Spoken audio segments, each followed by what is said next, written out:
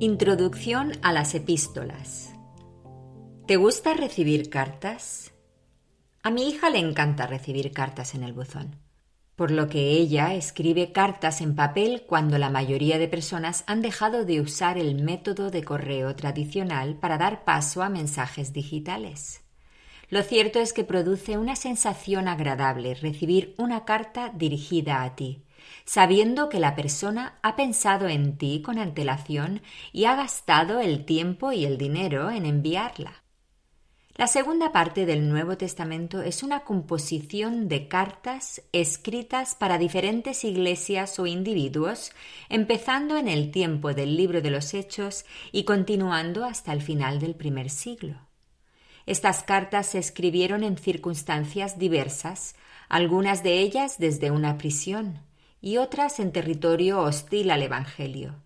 Eran enviadas por medio de personas particulares que viajaban atravesando mar o tierra y enfrentando peligros. Estas eran recibidas y compartidas oralmente para que los cristianos pudieran no solo oír el mensaje, sino profundizar en las enseñanzas que éstas contenían. De las 21 cartas o epístolas, como se las denomina tradicionalmente, el apóstol Pablo escribió 13. Las otras fueron escritas por los apóstoles Pedro, Jacobo, llamado Santiago, Juan y Judas. La carta de los Hebreos, con muchas características similares a los escritos de Pablo, no viene firmada y, por lo tanto, existen diferentes ideas sobre su autoría.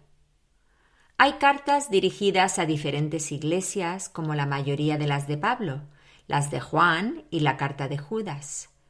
En ellas se tratan temas sobre la nueva vida del creyente en Cristo. Unas son más extensas, como la carta a los romanos o las 2 cartas a los corintios. Otras son más cortas, como las epístolas a los Gálatas, los Efesios, los Filipenses o los Tesalonicenses. Las cartas de Santiago y Pedro y la epístola a los Hebreos están dirigidas específicamente a los judíos conversos. Estos judíos estaban dispersados por el Imperio Romano, en algunos casos sufriendo persecución de parte de los judíos no cristianos o de los romanos. Otras cartas están dirigidas a personas específicas, como las de Timoteo, Tito y Filemón. Pablo da instrucciones a Timoteo y a Tito sobre cómo pastorear a los cristianos en su zona. En la carta a Filemón, Pablo habla específicamente a éste para pedirle que restaure a su siervo Onésimo, el cual se había escapado y ahora había conocido a Cristo. Conforme estudiemos las diferentes cartas, podremos notar que más allá de los saludos personales que suelen aparecer en una carta, estas contienen el mensaje eterno de Dios para su Iglesia. No importa que vivamos siglos después de los primeros destinatarios de estas cartas. Al comenzar a leerlas, notamos que su mensaje es tan válido para nosotros como lo era para ellos.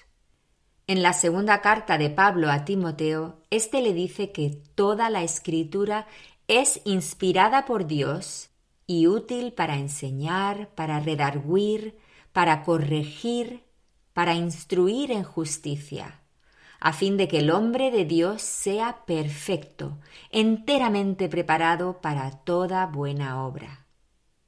Debido a que la humanidad no ha cambiado mucho a lo largo de los siglos, el mensaje de las epístolas sigue vigente y sigue siendo eficaz. Dios nos ha hablado a través de su palabra y con ella nos ofrece instrucción y corrección, exhortándonos y guiándonos para que podamos vivir una vida que agrade a Dios, para que podamos estar completamente preparados para toda buena obra. Estás escuchando Reflejos de su Gloria, un programa que tiene como objetivo compartir las enseñanzas de las Escrituras, celebrando la gloria de Dios al conocerle más y mejor. Te animo a indagar conmigo, comenzando con un viaje a través de la Biblia, viendo no solamente la historia, sino descubriendo a la persona del Mesías, reflejada en las páginas de las Escrituras de principio a fin.